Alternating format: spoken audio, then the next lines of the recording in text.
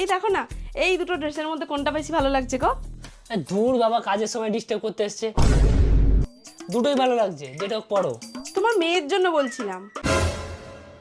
ও, খুশির জন্য এটা বেশি ভালো লাগছে। এটা এটা দাও ওকে।